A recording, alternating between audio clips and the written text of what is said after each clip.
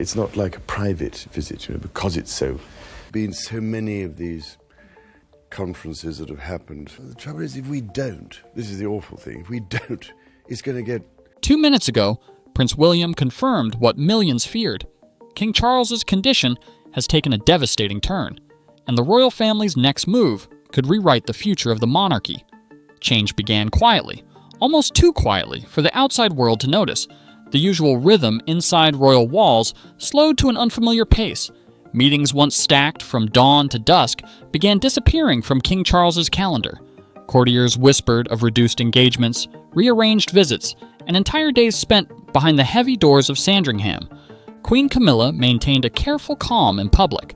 Smiles for photographers, polite words for reporters, yet behind closed doors, every detail of the king's schedule passed through her hands.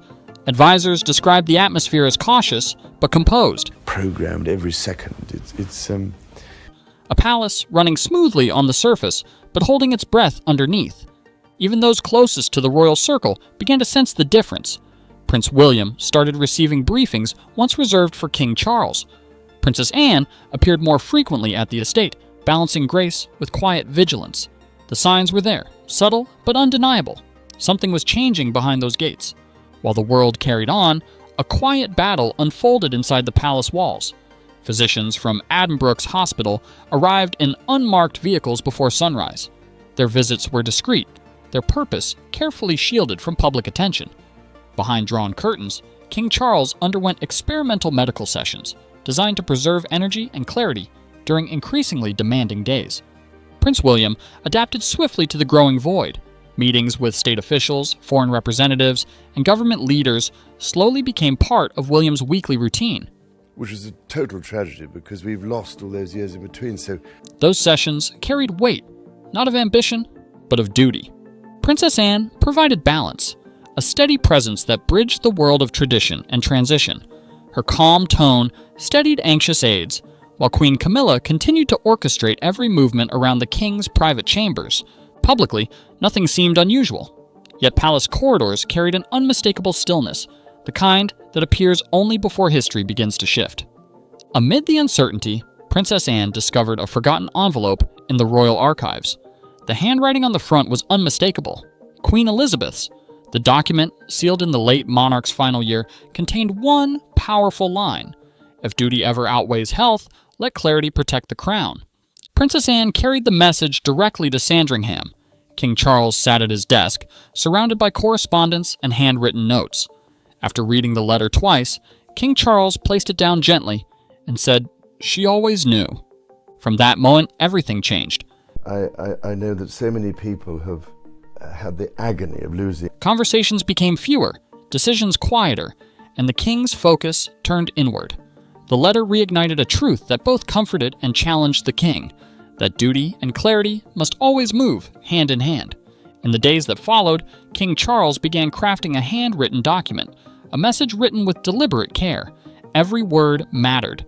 The paper carried no official header, no signature stamp, only the ink of a steady hand. The letter outlined clear instructions for a moment when the king could no longer lead with full certainty. Once completed, the document was sealed, placed inside a cedar-lined box, and locked within Sandringham's private vault. Only 3 individuals were aware of its existence: Princess Anne, Prince William, and the Archbishop of Canterbury.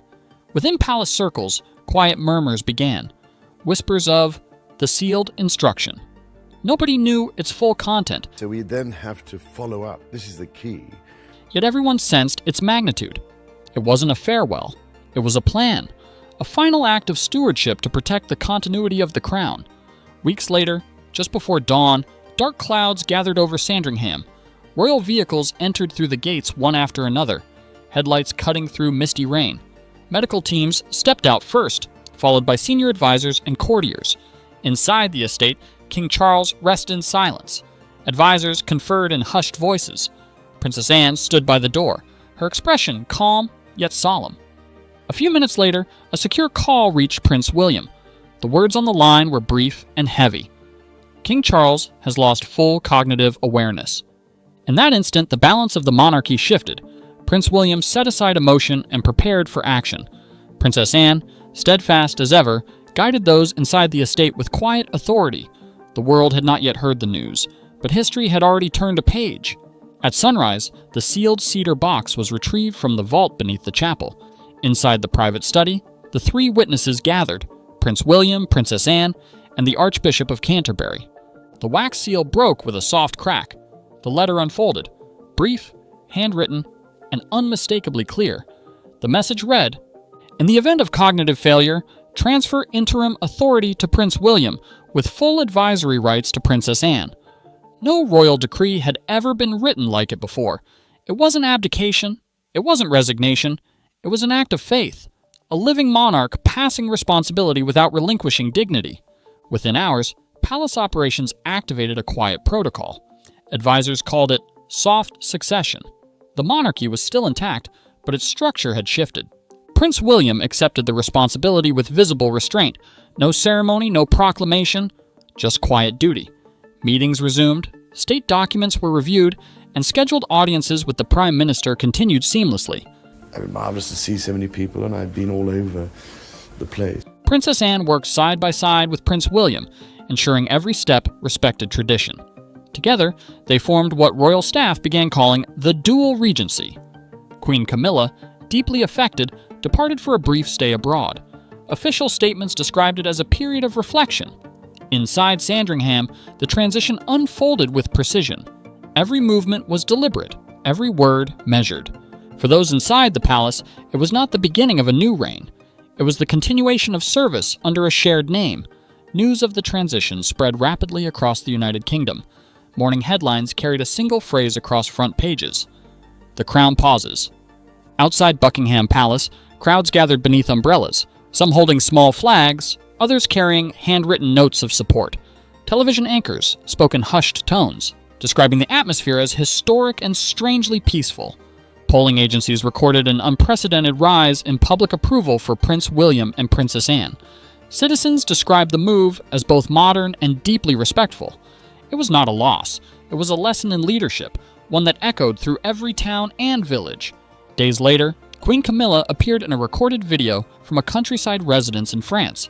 The message was calm but firm. King Charles remains the sovereign. The story is not finished. The clip lasted barely a minute, but reached every corner of the media world. Discussions erupted across news panels, social platforms, and living rooms. Supporters interpreted the words as loyalty. Critics saw defiance. At Sandringham, Prince William listened silently. Princess Catherine placed a hand over the script for the next public statement, pausing before continuing. Princess Anne met privately with the Archbishop of Canterbury, Wonderful people in the National Health Service and all the other key... emphasizing that unity must rise above reaction. The family remained composed, but the question lingered. Could harmony survive division? Without warning, the Archbishop of Canterbury arrived unannounced at Sandringham. Inside the North Wing, he requested a private audience with King Charles, Prince William, and Princess Anne. The Archbishop read aloud a portion of Queen Elizabeth's earlier letter. "The strength of the crown lies in its restraint." Later, standing before assembled reporters outside the estate, the Archbishop delivered a single line that calmed an anxious nation. "The King has entrusted Prince William. Let no one question the love that binds this decision." The words traveled quickly, echoing across headlines and broadcasts. Tension softened. The monarchy stood united again, not through decree, but through understanding. Across the world, messages of support poured in. World leaders sent formal statements honoring the strength of King Charles and the steadiness of Prince William. Commonwealth nations voiced admiration for the peaceful transition. Editorials from Canada, Australia, and New Zealand described it as an act of grace rather than power. For many, the event became a symbol of renewal, a reminder that leadership is not defined by titles, but by the willingness to serve with humility. And yet, within Sandringham, one more symbolic act would leave a lasting mark. Late one evening, King Charles requested that the imperial state crown be brought from the Tower of London to the chapel at Sandringham. The order puzzled attendants at first, but the meaning soon became clear. The crown was placed beneath the tall stained glass window, resting within a glass case. No ceremony followed, no announcement made. The symbol of monarchy now stood quietly, not on a throne, but before it. Prince William entered the chapel shortly after and paused beside the display. Princess Anne followed, lighting a single candle. The gesture said more than any speech could.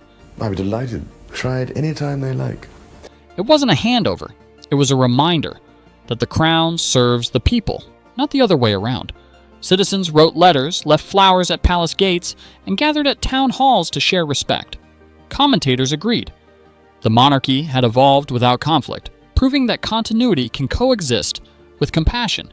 The institution had not lost its foundation. It had rediscovered its purpose. From Sandringham's study, Prince William recorded a brief address to the nation. The message aired simultaneously across major networks. King Charles remains our sovereign, our guide, and our example. This moment is not a replacement of will, but the reflection of it. The tone was calm, measured, and heartfelt. The closing words resonated everywhere. For every family facing moments of uncertainty, unity will always be the answer. The address ended with a silent nod. No fanfare, no anthem, just quiet assurance that leadership was in safe hands. In the weeks that followed, Princess Anne continued state duties with precision unmatched by any era before. Prince William maintained focus, balancing official responsibilities with compassion for those affected by change. Queen Camilla withdrew into privacy, surrounded by lifelong friends, reflecting on years of service and love. King Charles regained brief moments of clarity and spent time reading letters sent by citizens. Messages came from every corner of the Commonwealth, words of gratitude, admiration, and reassurance. Among them was a note from a young student in Manchester. "Thank you for showing that even leaders can rest."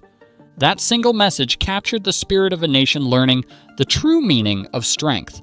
The imperial state crown remained in the chapel, encased in glass and surrounded by quiet visitors. Families stood in silence, reflecting on the rare beauty of transition without turmoil.